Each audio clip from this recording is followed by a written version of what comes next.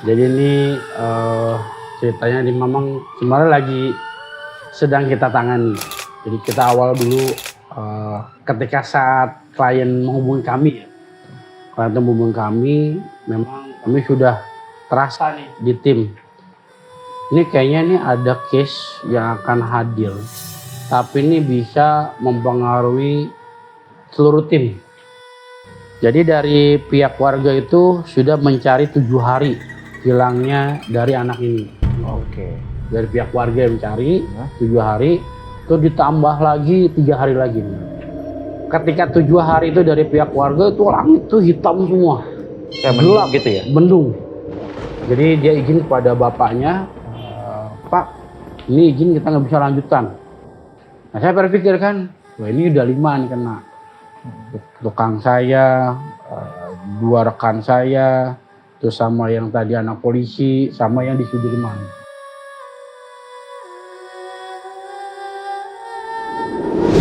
Kembali lagi di konten Diskotis bersama saya Kang Yuda, diskusi konten mistis.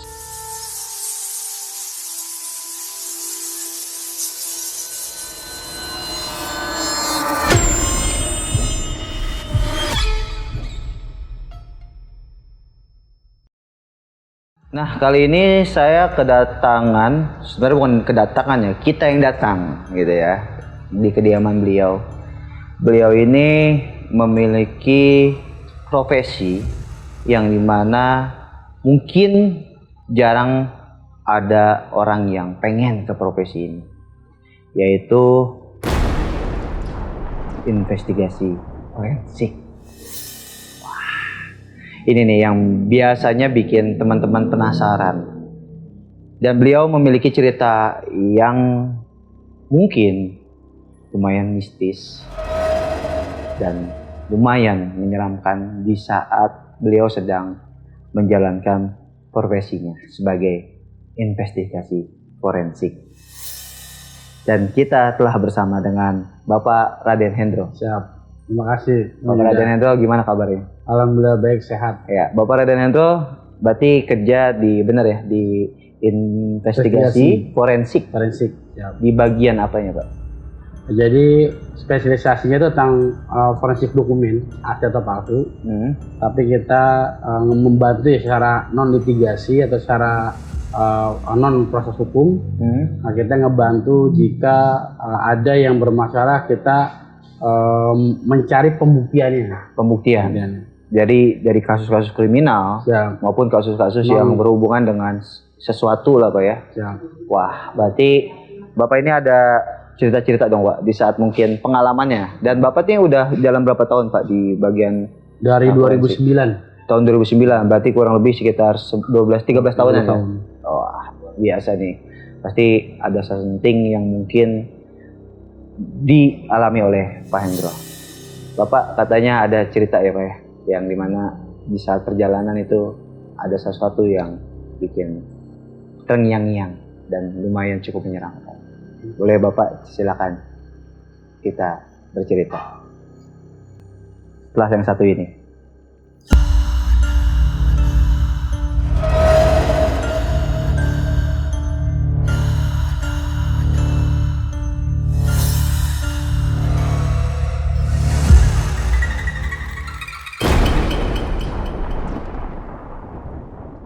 Oke, Bapak Hendro, boleh diceritakan Pak tentang pengalamannya, Pak?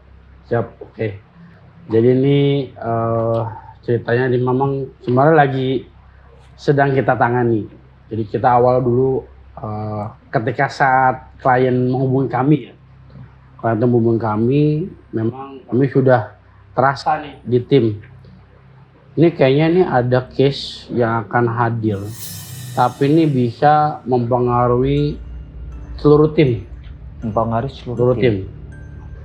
Ketika itu ada panggilan, kita mau meeting aja, ketemu dengan klien ini, itu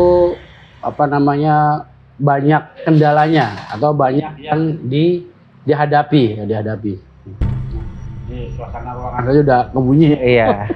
Udah lumayan ini. Lumayan. Karena ruangan ini penuh dengan koleksi-koleksi benda pusaka sih, Pak ya. Ya. kita mau ketemu saja, itu kita sudah terasa ya, apa namanya, halang-halang yang kita hadapin, tapi tetap kita fighting. Bagaimana kita harus sampai di sana. Gitu. Jadi waktu itu kita lagi berjalan, memang udah terasa nih Pak, terasa sekali. Mobil itu sebelah kanan, belakang itu kayak lain. Tapi kita awal tuh isi bensin. Isi bensin, nah pas kita sembara isi bensin, kita mau isi angin saja, angin. Angin kita, oh ini agak-agak kempes gitu. Kita tanya sama yang petugasnya, Pak ini gimana Pak? Project ternyata ini kempes Pak, kempes. Nah kempes kita lihat, ternyata pertama Pak nih dapat satu paku, tapi pakunya itu biasanya kalau paku kan ada atasnya butuh dipukul ya. Benar. Nah, apa sih namanya itu kalau ujungnya itu? Ya, payungnya lah. Payungnya benar ya. Payungnya. Nah, pas kita diambil satu, masuk Pak nih paku, tapi payungnya nggak ada. Satu lagi. Kayak cuman jarum gitu. Jarumnya aja. Udah feeling nih.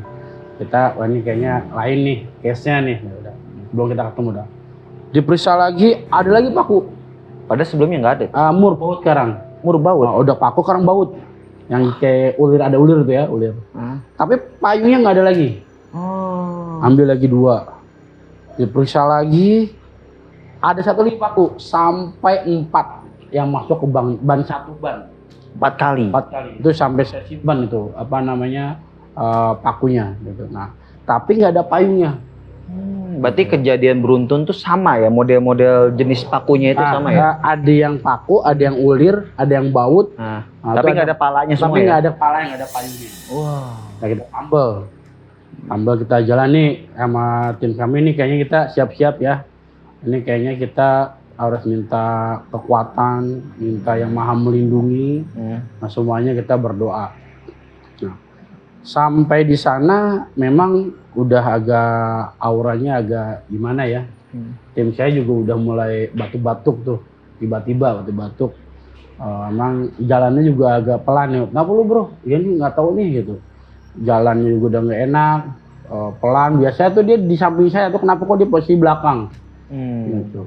Di belakang, batuk-batuk juga gitu. Udah akhirnya kita masuk ke ruangan. Di situ ada 5 orang.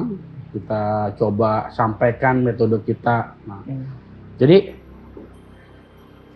kasusnya itu adalah kita memastikan apakah pihak dari keluarga itu benar hilang atau memang dia meninggal.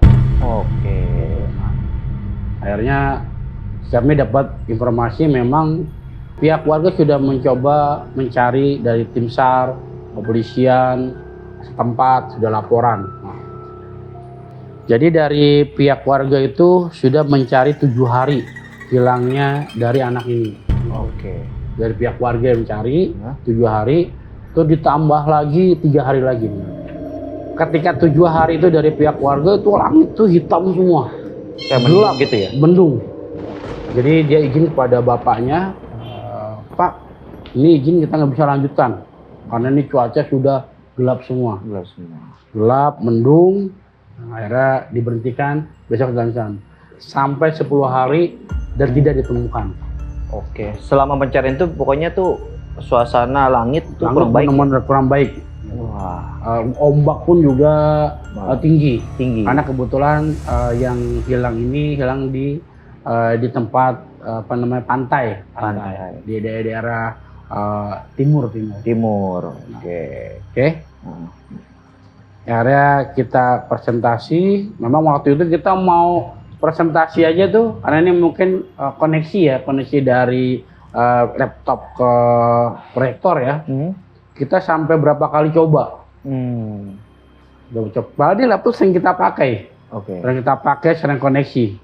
Akhirnya mau nggak mau kita pinjam laptop oleh pihak mereka.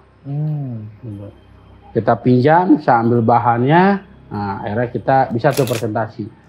Itu murni saya baru kali itu presentasi laptop saya tidak bisa saya gunakan. Oh, tidak bisa ya? Padahal saya sudah bawa konektornya, sudah bawa semua alat kelengkapan biar ini benar-benar on, karena kan klien kan. Benar. Ternyata nggak bisa. Nggak bisa, saya izin sama pihak klien, atau lo bisa nggak kami pinjam laptop? Bisa, kita pindahkan. Nah, anehnya kok di laptop klien bisa, ke saya tuh nggak bisa. Dari bapak doang nggak bisa. Nah, jadi tapi pas seminggu setelah kejadian kan saya ada panggilan training pelatihan, itu bisa kemana-mana. Oh gitu. Pas waktu hari itu doang nggak bisa. nggak bisa. Oke. Itu udah dari jalan sampai ke presentasi. Ketika di presentasi kita ini kan ya akhirnya kami menunggu 2-3 hari. Nah, kami diminta dibantu untuk mencari apakah dari pihak keluarga itu dari anak ini benar hilang atau meninggal. Terus kami terjun ke daerah pantai di sana. Kita lihat memang kita menemukan penginapan yang biasa dia pakai. Ketika kita lihat jalan itu tim ini pertama 2 orang dari tim kami itu berangkat ada berempat sampai tim jalan. Nah, yang mengendarai mobil itu tahu-tahu tiba-tiba itu di bagian kirinya, ini dari kiri sampai ke belakang itu kayak nggak bisa gerak gitu. Nggak bisa gerak. Ada dia seperti kelelahan, istirahat lah, kalau bahasa tumbang lah. Kita ganti ke tim lain, kita ganti. Nah, ini kan namanya teman saya namanya S, itu diganti dengan teman saya yang A. Nah, saya diganti, ternyata sama juga. Diserang juga gitu, terasa nggak bisa gerak itu. Jadi seperti di bagian ini ya, akhirnya udah kita balik kanan tuh pulang, ini udah nggak beres. Kita pulang. Saya nunggu nih kesembuhan dari teman saya, kebetulan yang CS ini kami bantu untuk ke medis, ke yang biasa menyembuhkan. Benar. Penyembuhan ke medis memang ini aman-aman aja gitu. Alternatif juga. Saya coba ke alternatif. Lumayan enak bisa satu. Nah, yang satu ini sampai sekarang itu di medisnya aman, tapi dia sudah kaku, nggak bisa gerak. Kami saya nggak ada penyakit gitu ya? Penyakit ya. Ini yang satunya. Kalau yang satunya udah agak enak, Mr. S itu, yang di Kahuripan 4 gitu kan. Nah, itu udah enakan itu. Tapi yang satu yang di daerah Jakarta Timur itu teman saya juga. Dia sampai sekarang ini kondisinya udah berobat, sudah apa? Dia untuk gerakan masih kaku. Kami rencana juga menyembuhkan mohon doanya. Mudah-mudahan rekan saya ini bisa sembuh. Iya. Amin. Terus kami berjalan, dicoba nih kita ngobrol. Kebetulan kami ngobrol lah sama anggota lah. Kebetulan ini juga orang Brimob, kita ngobrol. Nah, ternyata anaknya ini bisa juga tahu ini. Om lagi nih ya? Iya, kok kamu tahu? Ya gitu. Ya di hari ini ya Om? Iya, kok kamu tahu? Udah, kalau emang kamu tahu, coba tolong dilihat namanya ini. Pulang kami kan, pas pulang, besoknya ibunya telepon kita. Yang tahu anak polisi ini. Telepon untuk dia masih muda. Yang anak-anak ini kan, Om ini ya, kok kamu tahu ini ya? Dia bisa inilah rasa. Kayak Digo gitu ya? Seperti Digo itu.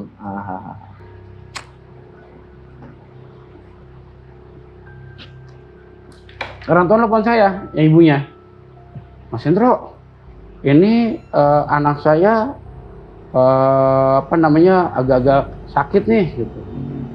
Nah, selang 4 hari ternyata ibu telepon lagi, Pak, ini udah 3 hari anak saya sakit. Karena anak polisi ini agak bisa juga, 3 hari dia sakit. Yaudah Bu, kami akan coba doa di sini, nanti ada yang bisa menyembuhkan, ke sana. Kita coba, ya alhamdulillah sembuh. Itu sakitnya gara-gara apa, Pak? Itu karena keterangan dari ibunya, dia mencoba, anak ini kan spontanitas ya. Iya. Spontanitas, dia melihat kasus ini lumayan, agak ini ya berat lah gitu, agak ini. Dia lihat coba membantu apa semua, sakit di 3 hari. 3 hari. Oke. Terus saya berjalan lagi, ya ketemuan nih rekan di daerah Sudirman. Sudirman, malam-malam kita ngobrol. buka semuanya. Nah, dia lihat nih, oh dia hilangnya di pantai nih, gitu. Tapi dia kayaknya masih ada atau tidak, kayaknya tidak ada. Oke, kita coba ini nih. Pas dia hari malam itu dia kayak apa? Kepalanya kayak kena hajar. Oh iya. Kena hajar, buk gitu. Saya lihat sendiri tuh, dia mental itu, buk gitu kan.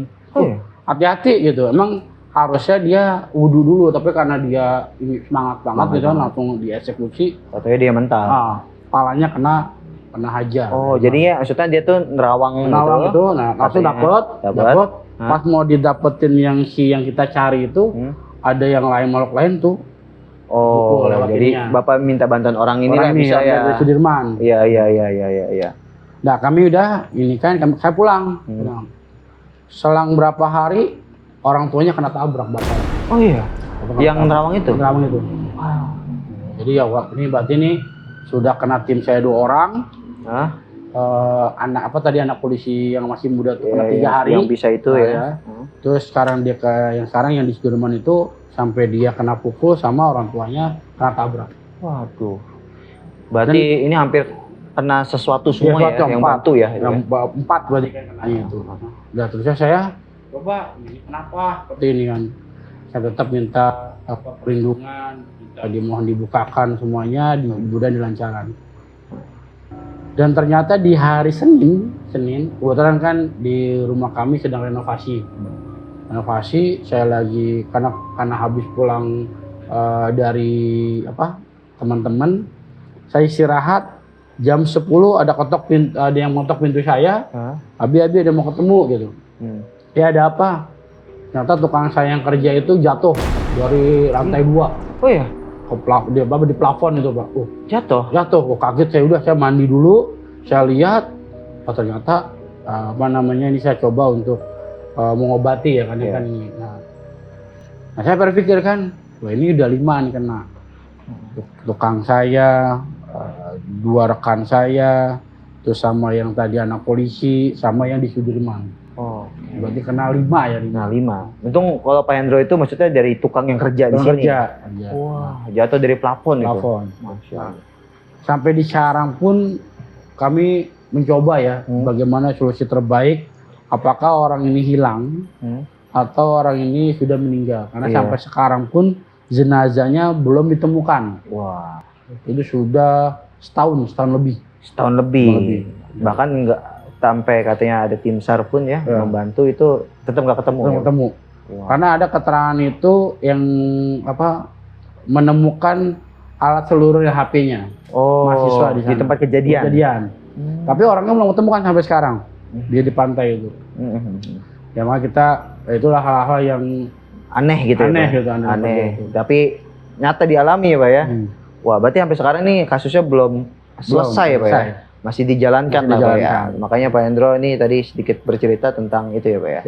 Nah, ada lagi Pak kasus yang lain Pak yang mungkin bikin ini serem. Serem ya. Oke. Kita pernah itu mencoba minta keterangan ya, atau kita silaturahmi ke satu tempat di daerah Jawa Timur. Surabaya. Ini lagi nanganin kasus juga Pak? Kasus juga. Jadi case-nya itu saya juga koordinasi dengan polisi di wilayah untuk bisa mengunjungi tempat ini. Nah, waktu itu tim kami berlima. Memang kita lihat yang kita kunjungin ini ada saudaranya yang lumayan bisa spiritual juga, karena kami nanya kan, rumahnya di sebelah timur, nah sebelahnya itu pamannya. Pamannya juga orang spiritual lah gitu. Nah, kami coba didampingi oleh rekan saya di sana, kami ketemuan RT RW-nya, kami diantar ke rumahnya. Antar ke rumahnya, kebetulan ternyata di rumah itu juga ada pusaka. Pecinta budaya juga gitu ya? Tapi cuma satu aja yang dipajang sama dia. Tapi yang anehnya ini, yang rumah kita ujung itu udah kaget. Ngeliat kita tuh kaget. Karena dia mungkin kaget karena biasanya nggak ada yang bisa nembus ke sana. Oh gitu? Nggak ada yang bisa hadir ke tempatnya dia. Nah ini kebetulan kami bisa tembus. Ini orang yang kita tuju. Pas kita sudah ngobrol silaturahmi, kita pulang kan. Nah ada satu anggota saya tim gitu, itu jalan ke jalan raya. Ke jalan raya, di tengah-tengah hampir kena tabrak, kita pegang, kenapa kamu? Nggak tahu nih, saya nggak sadar. Oh, kayak ada yang ngebawa untuk ke jalan raya ke sana gitu. Nah, ini yang untungnya tim saya tidak aman. Nggak kecelakaan gitu ya. Waduh. Memang waktu kita lagi makan di sana banyak sih yang ngeliatin kita bener mandir. Kita sudah merasa nggak nyaman tuh. Ada kejadian-kejadian aneh lah ya. Gitu. Akhirnya kita pulang pun kayak merasa diikuti. Kayak ikutin kita. Tapi sosoknya kelihatan. Oke. Emang ketika kita jalan pun juga merasanya kok kayak kita diawasi gitu. Nah, itu yang saya lihat ternyata berarti tim saya ini hampir kecelakaan. Hampir itu. Untuk kami pegang dia sadar. Kita tanya kenapa? Kok kayak ada yang bawa saya nih ke tengah jalan gitu. Kayak ada bisikan. Itu yang di waktu kita di Surabaya, Pak. Surabaya. Yeah. Oke, berarti sampai tim yang nggak sadar, Pak ya. Gitu. Ya. Berarti selama perjalanan sebenarnya banyak kisah-kisah ya, Pak ya? Iya. Perjalanan, kisah-kisah yang mungkin terjadi di saat investigasi untuk menemukan kebenaran lah, Pak ya, tujuannya, Pak ya. Karena kan Pak Hendro ini memang kerjanya itu untuk mengungkap kebenaran, ya, mengungkap kasus ini gimana sih sebenarnya. Tapi ternyata tidak semudah itu, ya, tidak hanya hadangan dan rintangan dari yang nyata saja, Pak ya. Iya benar. Tapi yang dari yang gaib juga. Wah, luar biasa. Waktu itu case-nya ya lumayan. Itu merugikan 155 M. 155 tentang sengketa tanah. Masya Allah. Dan terduganya itu orang nomor 2 di daerah itu, di provinsi itu. Oh. Nomor 2, oknum nomor 2. Saya sama tim itu berjalan sama sana, itu mau nyampe ketemu pun ada motor jatuh, Pak. Maksudnya? Di depan kita motor jatuh. Ya. Sebelum kita ketemu. Iya. Motor jatuh, prak. Lumayan, tapi kita mau bantu ya karena kita kok motor jatuh nih gitu.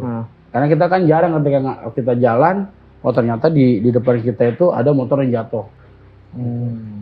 Ini kayaknya ada energi nggak enak gitu dari yang kita mau ketemukan. Gitu. Terus di situ, terus yang kedua, karena ini orang nomor 2 dan ini memang udah ditutup kasusnya, akhirnya saya dan tim berdoa. Berdoa, minta petunjuk gimana yang terbaik. Nah, dan ini ada salah satu tim yang dia berdoa gini. Ya Pak, kita lihat ini, kita minta keadilan.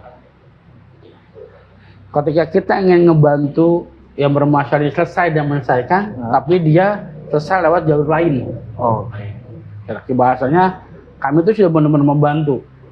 Ternyata yang orang bermasalah ini bahasanya tidak ke kita lah gitu.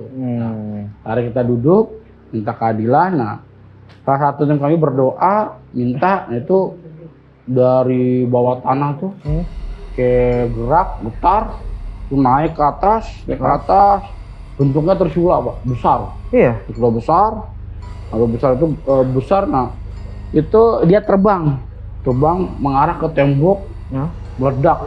Iya. Nah, karena minta keadilan tadi. Nah, ya, pelaku ini memang waktu itu masih jadi nomor 2. Karena ini case-nya kita tangani sampai 3 tahun lebih. Nah, ketika dia masih menjabat, dia ngajukan lagi kan untuk menjabat lagi, ternyata dia kalah. Nah, pas kalah inilah akhirnya kasus ini makin diikuti, akhirnya dia menjadi tersangka. Nah, ternyata dari kan dia otaknya nih, nomor 2. Nah, yang membuat duplikat sertifikat tentu oknum kepala BPN. Iya. Kepala BPN dia di kejaksaan Kejati di provinsi itu. Nah, setelah dia mengaku telah menduplikat itu, dia izin ke kamar mandi.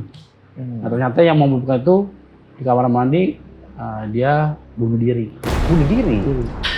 Itunya yang terdakwanya itu? Terdakwa yang ini. yang memasukkan diperintah oleh nomor 2 itu. Wow. Jadi mantan ketua BPN. Bunuh diri dalam, mohon maaf ya Pak, Sesudah di sidang, gantung diri atau mungkin tembak apa gitu? dia nembak Nembak kepalanya dia di toilet di kamar mandi. Waduh. Gitu, Pak. Terus gimana tuh Pak? Ya akhirnya ya yang orang nomor 2 itu ditangkap sampai sekarang. Oh Udah iya. ditahan ya. Ditahan. Waduh, ngeri banget. Itu Bapak yang pas bunuh diri, Bapak yang itu tuh, yang beresin itu semuanya? Ada tim. Ada tim. Waduh, kalau ngeliat yang kayak gitu tuh kadang-kadang serem Pak ya? Ya kayak gitu ya. Wah, luar biasa nih ceritanya dari Bapak Raden Hendro ya. Yang dimana inilah perjalanan dari investigasi ya. Yang memang mungkin jarang orang yang memiliki profesi yang sama dengan Pak Hendro ya Pak ya. Dan mungkin orang pun kadang-kadang untuk menginvestigasi kebenaran itu mikir 2 kali Pak ya. Karena resiko-resikonya itu bisa dibilang high risk. Betul. Ya, resiko tinggi dan juga bukan hanya dari yang nyata aja tapi dari yang something juga. Karena kan biasanya orang-orang kayak gitu tuh melakukan segala cara untuk bagaimana caranya agar dia ini terlindungi ya Pak ya. Betul. Atau mungkin tidak ketahuan lah kasusnya seperti itu. Dan kita tidak bisa menutup mata bahwa memang di Indonesia banyak yang seperti itu ya Pak ya. Itulah luar biasanya Nusantara Pak ya. Tapi ada cerita lucunya nggak Pak? Boleh Pak? Oh boleh silakan. Cerita lucu ya. Oke. Jadi ada di daerah Bogor, itu daerah ini dia kita lagi kumpul-kumpul lah gitu. Kebetulan rekan saya ini punya ternak kambing. Waktu itu ada kasus tokoh. Kebetulan ya, istrinya dan ajudan ini ada syarat untuk mencari kambing hitam 10 kambing. Jadi cari karena syarat dari dukung biar kasus yang toko ini tertutup. Oke. Itu bisa ternyata 7 kambing itu emang udah hitam semua ada. Tapi kurang 3. Kurang 3 kambing. Karena kurang 3, nah kan udah hitam semua tuh kambingnya, gitu kan.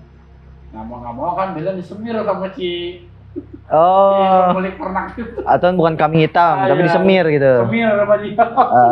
Disemir sama dia kan, 3. Tapi diterima sama si istri dan ajudannya ini kan. Dibawa yang kurang 3 itu. Karena harganya lumayan tuh kan. Gitu. Iya. Semir, pas sudah selang berapa lama itu kan, ternyata yang tokoh pelaku ini ketangkep gitu. Saya celedek kalau saya ketemu sama teman saya, monitor semir bos. Gitu. Jadi akhirnya ketangkep sendiri ya gara-gara semir kambing ya. Kalau semur kambing enak kali Pak ya. Ini semir ya. Itulah kejadian anehnya. Aneh juga Pak itu saudara. Bisa jadi putih bisa hitam gitu ya. Oke teman-teman semua, Pak Hendro terima kasih banyak Pak atas ceritanya dan pengalamannya. Ya semoga saya bisa mendoakan doang nih Pak, semoga kasus-kasus yang Pak Hendro kerjakan itu lancar semuanya dan kebenaran terungkap. Ya luar biasa Pak Hendro, tepuk tangan. Oke teman-teman semua, hikmahnya kita ambil yang baik-baiknya aja Pak ya. Jadi dalam mengungkap kebenaran itu memang tidak semudah yang teman-teman pikirkan, tapi banyak hadangan dan rintangan. Maka dari itu kita terus aja kalau memang kita punya kemauan yang tinggi untuk mengungkap kebenaran, kita pertahankan. Jangan sampai kebenaran itu nanti hilang dengan sendirinya sehingga di dunia ini tinggal sisa kebohongan. Saya Kang Yuda dan Pak Hendro, ya Raden Hendro pamit undur diri. Terima kasih, jangan lupa di subscribe, like dan share ya untuk membantu channel misteri kita agar terus berkembang. Sekian, terima kasih karena mereka ada di sekitar kita.